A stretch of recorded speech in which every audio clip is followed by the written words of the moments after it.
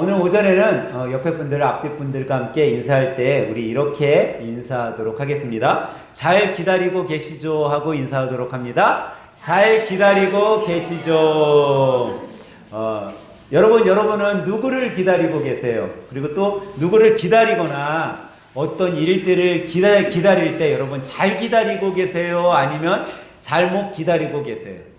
내 생각에 나는 좀 잘 기다리는 것 같다. 아니면 나는 잘 못 기다리는 것 같다. 여러분들 어떻게 기다리는 것 같아요? 외국 사람들이 여러분 우리나라에 와갖고 가장 빨리 배우는 단어들이 있다고 그래요. 근데 그 중에 하나가 빨리빨리라는 단어래요. 그래서 외국 사람들이 우리나라에 와서 배우는 단어 중에 빨리빨리 이걸 제일 많이 배운다고 그런다고 해요. 그러면서 우리나라 사람들은 어떻게 보면 빨리빨리 민족이다 라고도 이야기를 한대요. 또 어떤 때에는 야, 한국 사람의 몸에는 이 빨리빨리라는 DNA가 딱 붙어 있다라고 그러더라고요.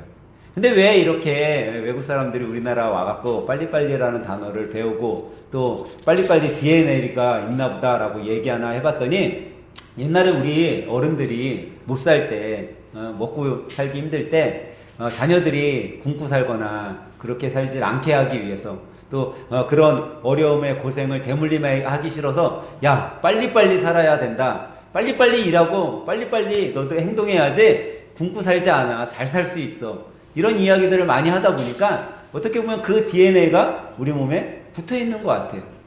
그래서 여러분 그런지 몰라도 우리나라 사람들은요, 컵라면, 3분 컵라면을 먹을 때 어떻게 해요? 그 3분을 못 기다려요. 그래서 어떻게 해요? 컵라면 뚜껑 그 사이로 쳐다봐요. 이게 익었나 안 익었나. 그리고 다들 결론을 내린다고 그래요. 아직 3분이 안 됐어요. 2분 40초가 됐는데 결론을 자기가 내린대요. 야, 이만하면 됐어. 20초를 더 못 기다리고 자기가 결론을 내리고 컵라면을 먹는다고 그래요.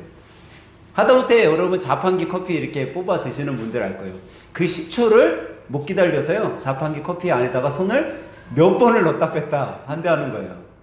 10초를 못 기다리는 그런 빨리빨리 행동을 하고 살아간대요. 근데 이게 꼭 먹는 거에만 그러는 거야. 제가 엘리베이터를 한번 타봤어요. 엘리베이터 탔더니 사람들이 타갖고 자기네 층수를 누르잖아요. 한 번 누르는 사람들이 거의 없어요. 기본 2번, 3번을 눌러요. 그래서 왜 2번 누르나 물어봤더니 한 번은 자기 층수를 누르는 거고 한 번은 뭔지 아세요? 예? 엘리베이터에 대한 예의 표시라는 거예요. 그래서 요즘에는요, 이 엘리베이터가 2번 누르면 어떻게 돼요? 꺼져요. 그 한 번 누른 것만 하게 만들려고 꺼지게 만들었더니 사람들이 몇 번 눌러요? 3번을 눌러요. 그 정도로 우리나라 사람들은요, 빨리빨리에 아주 익숙해 있다라는 거죠. 근데 이 빨리빨리에 왜 익숙하냐? 기다리는 시간이 지루하게 생각되는 거예요. 뭔가 기다리고 있으면 내가 뭘 못하고 있나? 좀 안절부절하는 거예요. 이 기다림이 지루하고 별로 좋게 생각되지 않으니까 그 기다림의 시간 동안 뭔가 다른 걸 하려고 하는 거죠. 근데 여러분 기다림이 꼭 지루하고 따분하고 뭔가 해야 될 만하는 그런 시간이냐라는 거죠. 왜 그 기다림을 못 기다리냐면 기다림에 기쁨이 없기 때문에. 여러분들이 만약에 친한 친구가 오랜만에 나를 만나러 찾아왔다고 생각해 보세요. 유학 간 우리 자녀들이 몇 년 만에 다시 한국에 들어와 부모님을 만나려고 한다고 생각해 보세요. 군에 갔던 아들이 휴가를 받아서 만나러 왔다고 생각해 보세요. 기쁘겠어요? 안 기쁘겠어요? 기쁘죠. 근데 그 아들이 내일 모레 아빠 나 내일 모레 엄마 아빠 만나러 갈 테니까 좀만 기다리세요 라고 했다고 해보세요. 친구가 야, 내가 내일 모레 한국에 들어가는데 내가 너네 집으로 찾아갈게 그랬다고 얘기해 보세요. 여러분 그 이틀의 시간이 그렇게 지루하지 않다라는 거예요. 오히려 이틀의 시간이 좀 빨리 갔으면 좋겠고, 이 친구들 만나서, 우리 자식을 만나서 내가 기쁨의 시간을 보내야지. 그런 생각 속에 여러분, 너무 지루하거나 그런 시간으로 보내지 않는다라는 거죠. 왜 어떤 시간은 지루하고 어떤 시간을 이렇게 기쁨으로 보낼 수 있냐라는 거예요. 그것은 나에게 기쁨의 시간으로 올 수 있냐, 아니면 기쁨의 시간이 아니냐, 이 차이가 크다라는 거예요. 근데 여러분과 우리 신앙인들은 정말 누구를 기다리고 있냐라는 거죠. 여러분들 누구를 기다리고 계세요? 우리 그리스도인들은요, 다시 오실 주님을 기다리는 거예요. 예수님을 기다리고 있는 거예요. 그 다시 오실 예수님을 기다리고 우리가 기대하고 있으니까 우리는요, 기쁨 가운데 기다려야 된다라는 거예요. 그 기쁨 가운데 기다린다는 건 뭐예요? 우리의 삶이 기뻐야 된다라는 거예요. 주님은요, 여러분과 제가 살아가는 데 있어서 기쁘고 행복해야 된다라는 거예요. 제가 어저께요, 김장을 하고 나서요, 아주 큰 거 하나를 발견했어요. 그건 뭐냐면, 우리 반주하는 박현주 집사님이요, 운동에 신경이 대단히 좋더라고요. 우리가 보통 이제 김장을 하면요, 작년까지만 해도 시간이 별로 없었어요. 김장이 저녁 늦게 끝나고 다들 힘에 지쳐서 집에 가기 바빴죠. 근데 올해는요, 김장을 다 끝냈는데 한 3시 정도에 모든 거 다 끝내고요, 정리까지 싹 했더니 4시가 좀 안 됐어요. 4시가 안 됐으니까 우리 또 학생들이 왔잖아요. 우리는 여기 지하 1층 내려가면은 뭐 놀이시설 이렇게 만들어 놨잖아요. 그래서 우리 집사님하고 학생들을 데리고 탁구장에 갔어요. 탁구장에 갔는데, 탁구장 가기 전까지만도요, 여기 위에서 정리 다 했을 때는요, 다 지쳐 있었어요. 다 지쳐가지고, 아, 집에 언제 가야 되나, 막 그런 생각하는 것 같았었는데, 탁구장 가서 탁구를 치는데요, 2시간을 탁구를 친 거예요, 2시간을. 근데, 지쳐 보이는 게 아니라요, 오히려 더 생기가 있어. 우리 현주 집사님은 얼굴이 새빨개져갖고 토마토가 됐어. 그러더니 저한테 하는 얘기가, 목사님, 저 혈액순환이 잘 되는 것 같아요. 여러분, 기쁜 일을 할 때요, 누군가 기쁘게 자기가 하고자 하는 일을 할 때는요, 별로 힘들지가 않는 거야. 사실 육체적 피곤함이 있죠. 김장 담느라고 아침서부터 와갖고 얼마나 힘이 들었어요. 근데 자기가 기쁘게 즐겁게 하니까 2시간 정도 우리 아이들하고 같이 놀면서 시간을 보내는데 힘들지가 않는 거야. 여러분, 우리가 이 세상을 살아가는 데 있어서 이렇게 기쁘게 보낼 수 있는 이유는요, 여러분과 제가 누구를 기다리냐, 어떤 일을 기다리냐에 따라서 달라질 수 있다는 걸 여러분 믿으시기 바라요. 여러분과 저는 누굴 기다리고 있냐라는 거죠. 우리는 다시 오실 예수님을 기다리고 계세요. 그리고 그 예수님께서는요, 여러분과 저에게 명령하셨어요.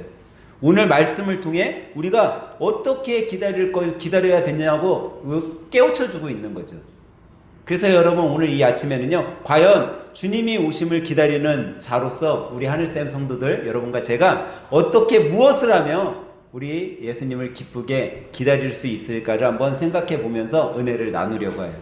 그러면 여러분, 왜 우리는 주님이 다시 오실 그날을 기쁘게 기다릴 수 있을까요? 여러분들은 왜 기쁘게 기다릴 수 있을 것 같아요? 첫 번째로, 주님의 오심은요, 분명한 약속이기 때문에 우리가 기쁘게 기다릴 수 있는 거예요. 여러분, 약속이 뭐죠? 약속이란 바로 미래의 일을 미리 정하고 그것대로 지키기로 합의한 것을 약속이라고 해요. 그러면 지키기로 했으니까 이 일은 되어져야 돼요? 되어지지 말아야 돼요? 꼭 되어져야 되는 거예요. 그것이 약속이라는 거죠. 근데 예수님께서는 여러분과 저에게요, 이 약속을 하셨어요. 이 약속은 보이지 않는 규칙이에요. 꼭 내가 그렇게 하기로 마음 먹은 거죠. 근데 예수님이 그것을 약속으로 우리한테 주셨던 거죠. 그러면 우리가 그걸 받은 자로 우리는 뭐 하면 돼요? 믿고 신뢰하고 기다리면 되는 거예요. 근데 믿고 신뢰하고 기다리는 사람들은요, 다른 것은 다 잊어도 되는데 이거 하나만 기억하면 돼요. 왜? 그 약속을 한 사람이 나에게 한 이야기, 그 이야기가 뭔가, 그 약속이 뭔가만 알면 된다라는 거죠. 예수님은요, 여러분과 저에게 이렇게 약속하지 않으셨어요. 야, 내가 너희들에게 올지 안 올지 잘 모르겠다라고 약속하지 않으셨다라는 거예요. 그리고 또 예수님은요, 여러분과 저에게 내가 올 수도 있어 라고 얘기하지 않았다라는 거예요. 가정형으로 얘기하지 않으셨다라는 거예요. 예수님은 여러분과 저에게 뭐라고 약속하셨어요? 반드시 오겠다 약속하셨다라는 거예요. 분명하게 오겠다 약속하셨다라는 거죠. 이것이 약속이라는 거예요. 반드시 오겠다. 요한복음 14장 3절은요, 이렇게 말씀하고 있어요. 내가 다시 와서 내게로 영접하여 나 있는 곳에 너희도 있게 하리라 라고 약속하셨다고요. 예수님이 반드시 오셔서 뭐 하신다고요? 내가 살던 곳, 내가 있던 그 천국에 너희도 같이 있게 하겠다라고 약속하셨다라는 거예요. 이 분명한 약속을 우리들에게 해주신 거죠. 여러분, 분명한 약속은요, 여러분과 제가 기쁨 가운데 기다릴 수 있는 거예요. 그 사람들은요, 주위에서 뭐라고 해도 그 주위의 잡음에, 주위의 소리에 신경 안 써요. 우리가 잘 아는 창세기 6장에 보면요, 노아라는 인물이 나와요. 여러분, 이 노아가 뭐 하신 분이에요? 방주를 만들었어요. 여러분, 이 노아가 방주를 어디다 만들었죠? 산에다 만들었어, 산에다. 근데 그가 왜 산에다가 방주를 만들었냐면요, 하나님의 명령, 하나님의 약속이 있었어요. 무슨 약속? 내가 물로 이 세상을 심판하리라 라는 약속을 했어요. 그 약속을 믿고 알고 신뢰하니까 노아는 산에다가 방주를 짓는 거예요. 근데 여러분, 그때 사람들이 어떻게 했어요? 노아와 노아의 가족들을 비난했어요. 욕했어요. 근데 여러분, 그 욕한 사람들, 그 세상 사람들 이상해 보여요? 안 이상해 보여요? 아, 우리 장로님 정도는 안 이상해 보여. 저도 안 이상해 보여요. 근데 우리 유미 집사님 정도는 이상해 보일 수 있어. 왜? 믿음이 있으니까. 야, 하나님이 저렇게 얘기하셨는데 당연한 거지. 근데 우리 장로님하고 저 같은 사람은 이상해 보일 수밖에 없어요. 아, 여러분 안 그러세요? 오늘로 한번 다가가 볼게요. 지금 갑자기 담임 목사님이 딱 나오시더니, 여러분, 하나님이 물로써 이 세상 인천을 심판한다고 하니까 우리 다 같이 저 만이산, 강화도 만이산에 가서 방주를 지읍시다 라고 얘기했다고 해보세요. 아니, 우리 목사님 연세가 많이 드시더니 좀 이상해지신 것 같아. 여러분 그러겠어요? 아니면 예, 하나님이 말씀하셨으니까 따라가겠습니다 여러분 하겠어요? 아마 우리 목사님 좀 치매가 오셨나? 이렇게 얘기할 거예요. 여러분, 그때 이 상황 속에 노아 시대 때 사람들이요, 노아의 가족과 노아를 비방한 건요 당연한 거예요. 제가 만약에 그곳에 살았으면 저도 그랬을 것 같아요. 왜? 여러분, 더 심한 건요, 그럴 수밖에 없는 게, 지금 노아가 몇 년 동안 방주를 졌어요? 100년을 짓고 있어. 100년. 1년도 아니고 2년도 아니고 3년도 아니고. 근데 물로 홍수는 고사하고 장마도 안 오고 있어요. 장마도. 그러니 사람 마음속에 뭐라고 생각돼요? 야, 저 노인 미쳤네. 야, 저 노인 이제 노망났어. 야, 부모가 노망나니까 자식들도 며느리들도 다 미쳤구만. 야, 방주를 바다에다 줘야지 어떻게 산에다 줄 수 있어? 야, 하나님이 그렇게 가르쳤대? 사람들이 비난해요. 근데 여러분, 하나님의 약속은 반드시 이루어지는 거예요. 지켜지는 거예요. 그래서 물로써 심판이 있을 때 그들은 다 심판의 죽음을 당할 수밖에 없었던 거예요. 근데 여러분, 그런 비난과 아픔 속에서 노아의 가족, 노아는 왜 그의 일을 욕을 먹어서까지 미친 사람이라는 소리까지 들어가면서 그 일을 기쁘게 할 수 있었냐라는 거예요. 그것은 기다림의 약속을 알았기 때문에. 그 약속, 하나님의 약속은 반드시 이루어진다라는 사실을 알았기 때문이죠. 여러분, 우리는요, 이런 말 속에 우리의 삶을 한번 돌아봐야 돼요. 지금 우리가 사는 시대에도요, 사람들은 여러분과 저에게 이렇게 얘기할 거예요. 야, 예수가 온다고? 예수가 언제 오는데? 야, 오기는 뭐라. 하늘이 저렇게 맑은데 예수의 비가 온다고? 말도 안 되는 소리 하지 마. 세상 사람들은요, 여러분과 저에게 이렇게 이야기할 거예요. 그래도 우리는요, 알고 있어야 돼요. 반드시 예수님은 이 땅에 오신다라는 사실을요. 그렇기 때문에 우리의 삶 속에 고난이 있고요, 어려움이 있고 아픔이 있어도 우리는 기다릴 수 있는 거예요. 여러분과 저의 이런 마음을요, 사도 바울은요, 우리들에게 이렇게 이야기하고 있어요. 항상 기뻐하라 라고. 그런 삶 속에서도 여러분, 기쁨의 삶을 사세요라고 이야기하고 있어요. 그리고 우리가요, 이 기다림의 기간이 길어질 것을 사도 베드로는요, 또 이렇게 이야기해 줬어요. 베드로후서 3장 9절은요, 이렇게 말씀하세요. 주의 약속은 어떤 이들은 더디다고 생각하는 것 같이 더딘 것이 아니라 오직 주께서 너희를 대하여 오래 참으사 아무도 멸망하지 아니하고 다 회개하기를 이르기를 원하시느니라. 여러분, 왜 이 시간이 길어지고 있다고요? 주님께서는 우리 모두가 뭐 하기를 원하셔서? 구원받기를 원하셔서 기다리고 계신 거예요. 주님도. 여러분, 우리만 예수님의 오심을 기다리는 자가 아니라 주님도 우리를 기다리고 계신 거예요. 한 사람이라도 더 예수님 믿고 구원받기를. 내 가족, 내 남편, 내 자녀, 우리의 자녀들이 예수님 믿고 그래 너희들도 구원받아야지. 내가 조금만 기다리면 너희들 구원받을 수 있거든. 그래서 예수님도 기다린다라는 거예요. 우리는 예수님이 속히 오기를 원하고 있죠. 빨리 이 시대에 예수님이 오셔서 정말 예수님과 왕노릇하면서 살기를 우리는 원하잖아요. 그러면서 기다리잖아요. 근데 나만 기다리는 줄 알았더니 그게 아니라 예수님께서 더 기다리고 계시다라는 거예요. 우리는 그걸 기억해야 돼요. 그래서 주님을 기다리는요, 마음은요, 이 마음이 커지면 커질수록 세상의 어려움, 세상의 아픔이 있어도요, 우리가 충분히 기분 좋게, 기쁘게, 즐겁게 기다릴 수 있다라는 사실이죠. 사랑하는 여러분, 우리는 주님의 오심이 분명한 약속임을 믿는 자들임을 믿으시기 바랍니다. 그렇기 때문에 기쁘게 기다릴 수 있다라는 거예요. 두 번째로 왜 우리는 주님의 오심을 기쁘게 기다릴 수 있을까요? 여러분과 저는 왜 기쁘게 기다릴 수 있을까요? 그거는요, 이 주님의 오심에는요, 구원의 완성이 있기 때문이에요. 여러분, 예수님이 오시는 그날 구원은 완성되는 거예요. 지금은요, 이 구원을 향해 우리가 가고 있는 과정이에요. 여러분과 제가 천국을 향해 걸어가고 있는 과정이죠. 그러면 우리는요, 현재를 보고 기뻐하는 게 아니라 뭘 보고 기뻐하는 거예요? 미래, 소망의 예수님이 오실 그날을 보고 기뻐하는 거예요.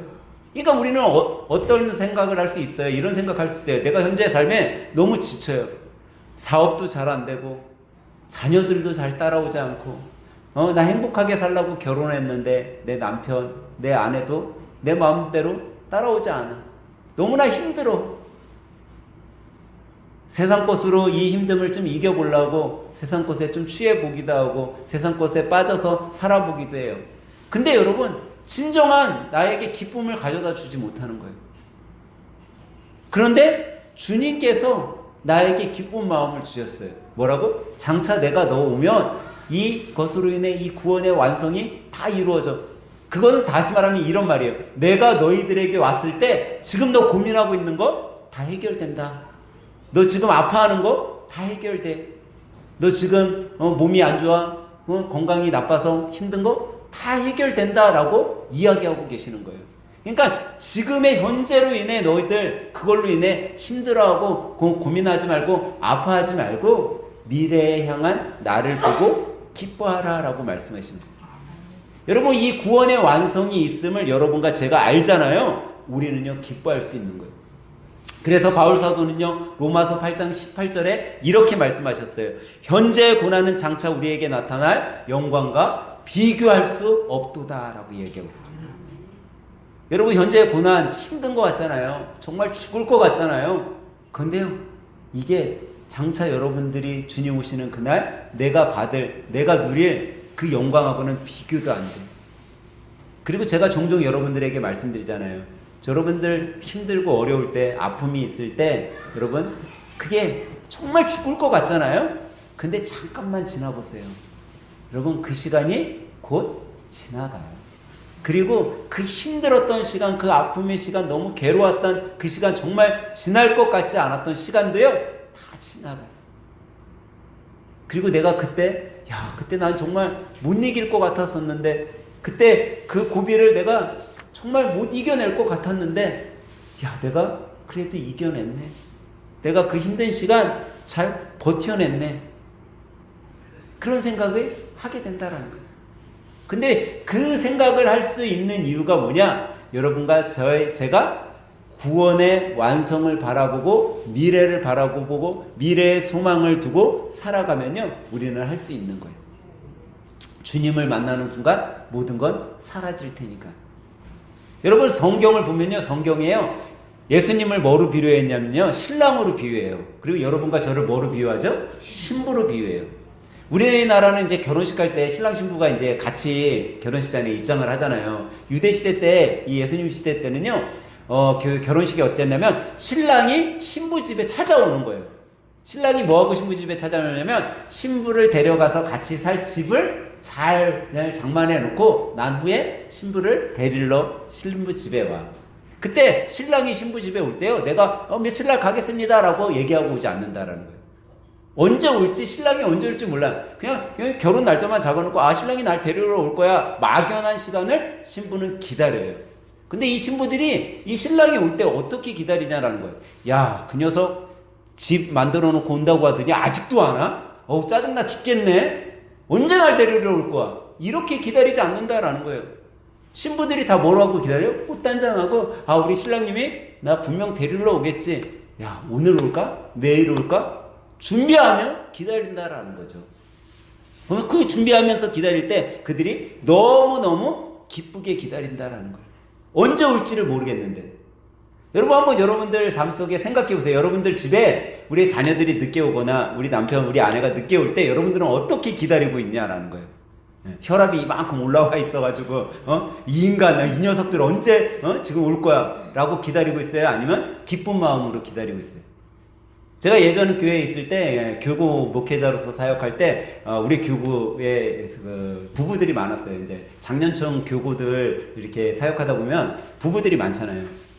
교구 사역할 때 이 부부들을 보는데 부부 관계가 좋은 부부들보다 좀 대면대면하고 좀 멀어지려고 하는 부부들을 많이 보게 되었어요. 그래서 제가 한번 그런 것들을 한번 시도해보자라고 이야기를 했어요. 그게 뭐였냐면 집에 누구든지 제일 늦게 들어오는 사람이 문을 열고 들어오거나 그럴 때 모든 하던 일을 다 멈추고 빨리 뛰어가서 문 앞에서 기다리고 있다가 안아주자. 그걸 했어요. 그랬더니 여러분 처음에 이거 안아주는 거 쉬울까요? 어려울까요? 엄청 어색하죠. 이걸 내가 왜 안아야 돼? 막 이런 생각 들죠. 근데 제가 그랬어요. 딱 10초만 참아보고, 아니, 딱 5초만 참아보고, 한번 무슨 문소리만 나면 아들이든 딸이든 아내든 남편이든 맨 나중에 들어오는 식구, 그 사람을 위해 온통 다 뛰어가갖고 안아줘보자라는 걸 해보자고 했어요. 처음에 잘 안 되려고 그러더라고요. 그래갖고 내가 혹시 이거 제가 시켜드렸는데 안 하시면은 제가 찾아가겠다고 찾아가서 안 한 사람 혼내주겠다고 막 그랬어요. 강제적으로 시켰죠. 근데요 언제부턴가 이거 안아주는 걸 하더니요 변하기 시작했다는 거예요. 어떤 여자 집사님이 저한테 그러는 거예요. 목사님 그걸 했더니요 우리 남편 한마디도 안 하던 그 말문이 튀었어요. 갑자기 뭐라고 얘기를 한다는 거예요. 그리고 어느 날은 귤을 들고 들어오더니 훅 던져주면서 뭐라고 해요? 오다가 주웠어 라고 그런대요. 안 하던 사람이 막 이런 얘기를 한다는 거예요. 여러분 별거 아닌 것 같잖아요 우리가. 근데 이런 행동 내가 그냥 안아주고 따뜻하게 말 한마디 해주는 게 우리의 가정을 여러분과 저의 삶을 바꿀 수 있어요. 근데 여러분 이거를 우리가 왜 할 수 있는지 아세요 여러분? 여러분 제가 이거를 성도들에게 왜 시킬 수 있었는지 아세요? 저는 결과를 알고 있었어요. 이거를 하면은 분명한 결과가 다시 우리에게 더 좋은 것을 줄 거다라는 결과를 알고 있어서 할 수 있었던 거예요. 근데 여러분과 제가 왜 예수님의 오심을 기쁘게 기다릴 수 있냐라는 거예요. 그 결과를 우리는 알고 있어요. 그 결과는 구원의 완성이라는 거예요. 저는 오늘 예배드리는 여러분들 모두가 먼저 구원받은 자로 이 구원의 완성을 아는 자로 기쁨에 살아가길 예수님의 이름으로 간절히 부탁드립니다. 그러면 세 번째로 우리는 왜 주님의 오심을 기쁘게 기다릴 수 있을까요? 여러분과 저는 왜 예수님의 오심을 기쁘게 기다릴 수 있을까요? 그것은 여러분과 저의 삶에 가장 큰 의미가 되기 때문이에요. 여러분 삶의 의미를 두고 살아가는 사람들에게는요 공통점이 있대요. 그것은요 첫 번째로 분명한 목적을 갖고 살아간다라는 거예요. 삶의 의미가 있는 사람들은요 목적을 갖고 살아간대요. 여러분 어떤 사람은요 왜 사냐고 했더니 노후를 준비하기 위해 살아간대요. 노후에 자연에 들어가서 뭐가 되기 위해서? 자연인이 되기 위해서 자기는 살아간대요. 별거 아닌 것 같은데도요 그게 삶의 의미인 거예요. 그런 사람은요 어떤지 아세요? 삶의 의미가 있으니까요 그냥 대충 안 살아요. 그 삶의 목표를 두고요 열심히 살아요. 때론 실패해도요 다시 일어나요. 힘을 내요. 왜? 내 삶에 의미가 있기 때문에. 또 그런 사람들은요 어떤 삶을 살면 미래지향적인 삶을 살아간대요. 현재에 안주하지 않고 뭔가 미래에 조금 더 나아지려고 노력을 하면 살아간대요. 삶의 의미가 있기 때문에. 그리고 그런 사람들은요 또 뭘 잘하는 게 하나 있는데 아주 작은 거에도 감사를 한다라는 거예요. 커피 한 잔, 믹스 커피 한 잔을 마시면서도 너무 감사한 거예요. 어저께 김장을 담으면서 우리 김경희 이사님이 커피를 몇 잔을 먹는지 몰라요. 근데 그 커피 마실 때마다 제가 표정을 봤는데요 너무 화내. 와, 저는 세상에 다 가진 것 같은.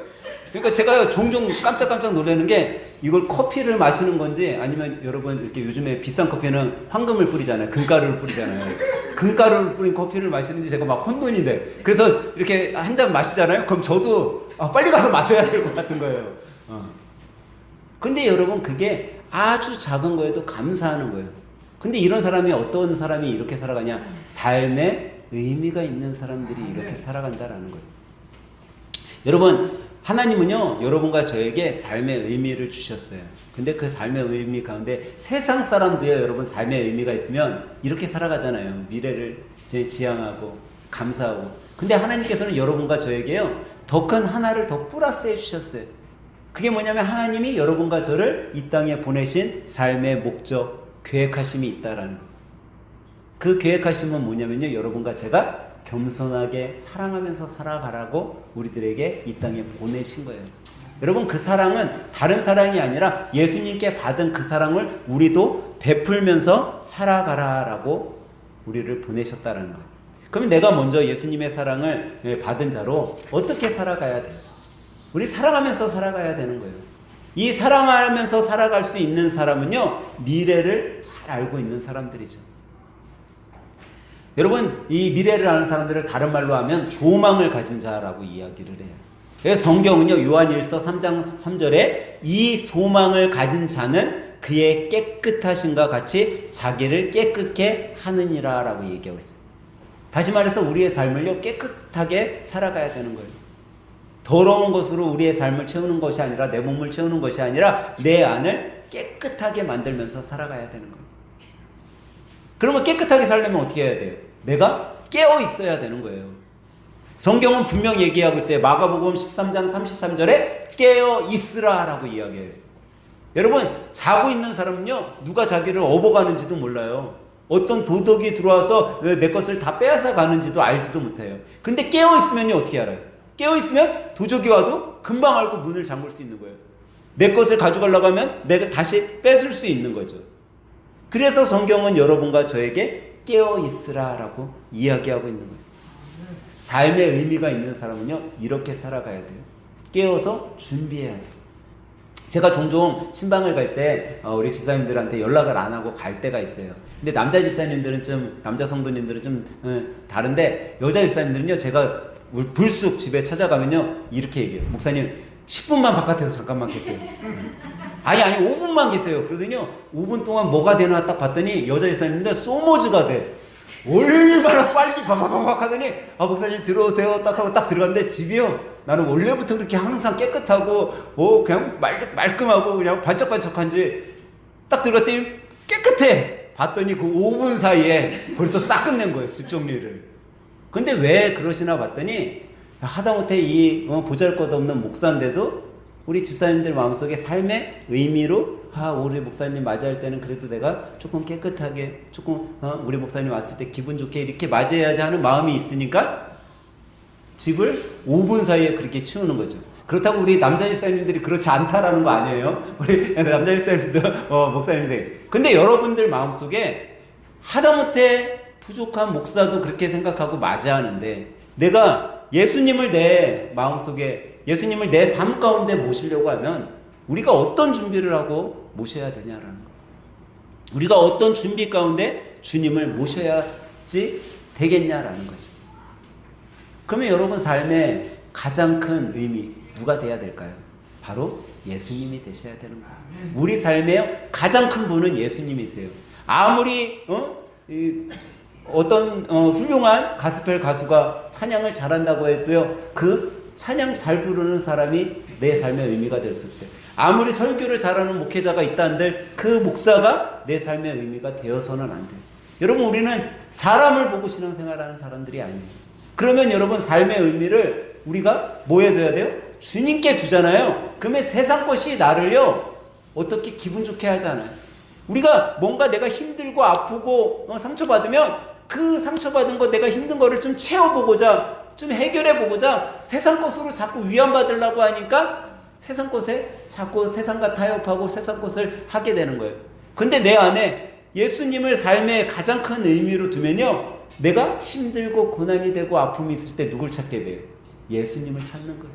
주님, 내가 이렇게 힘들어요. 주님, 내가 이렇게 기쁘게 살고 싶어요. 주님, 나에게 손을 좀 내밀어 주세요. 그러니까 세상 것이 나를 기쁘게 해주는 것이 아니라 예수님이 나를 기쁘게 해주시는 거예요. 사랑하는 하늘생 가족 여러분, 여러분과 저는 어떤 모습으로 살아가야 될까요? 여러분과 저는요, 확실한 약속을 가지고 살아가야 돼요. 여러분과 저는요, 정말 이 구원의 완성이 분명 우리 삶 가운데 있을 것이다 라는 확실한 믿음과 신뢰를 가지고 살아가야 돼요. 그리고 여러분과 저는요, 내 삶의 가장 큰 의미는 내가 이렇게 힘들고 고난 가운데 상처 가운데 살아간다 할지라도 내가 이것을 이겨내고 살아갈 수 있는 내 삶의 가장 큰 의미는 주님께서 나와 함께 하시기 때문이다 라는 것을, 그것을 우리가 알면요, 이 세상이 알 수도 없고 볼 수도 없는 그 기쁨을 우리가 삶 가운데 살면서 살아갈 수 있는 거예요. 이번 한 주 여러분 살아갈 때 주님 오심에 기뻐하며 살아가는 하늘생 가족 여러분 모두가 되시길 예수님의 이름으로 간절히 축원합니다.